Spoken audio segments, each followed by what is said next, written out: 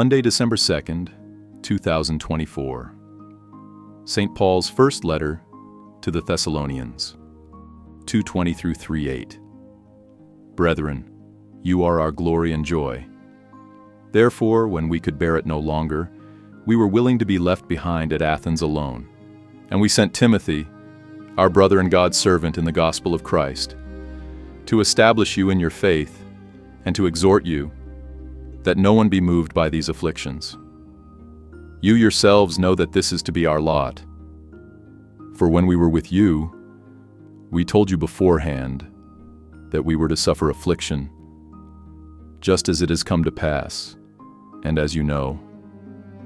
For this reason, when I could bear it no longer, I sent that I might know your faith, for fear that somehow the tempter had tempted you, and that our labor would be in vain. But now that Timothy has come to us from you, and has brought us the good news of your faith and love, and reported that you always remember us kindly and long to see us, as we long to see you. For this reason, brethren, in all our distress and affliction, we have been comforted about you through your faith.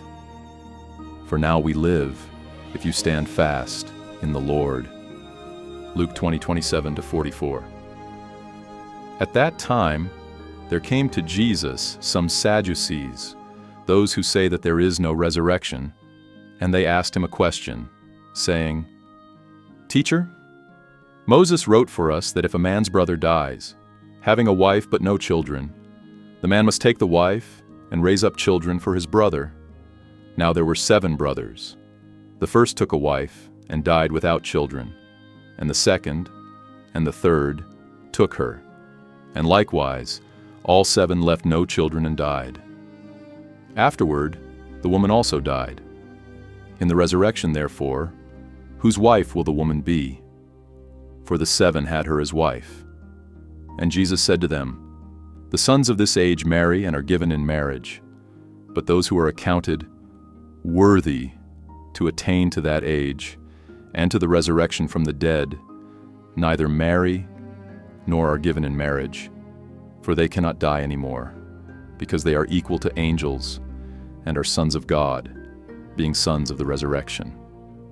But that the dead are raised, even Moses showed in the passage about the bush, where he calls the Lord the God of Abraham and the God of Isaac and the God of Jacob. Now he is not God of the dead, but of the living, for all live to him. And some of the scribes answered, Teacher, you have spoken well. For they no longer dared to ask him any question. But he said to them, How can they say that the Christ is David's son? For David himself says in the book of Psalms, The Lord said to my Lord, Sit at my right hand, till I make thy enemies a stool for thy feet. David thus calls him Lord.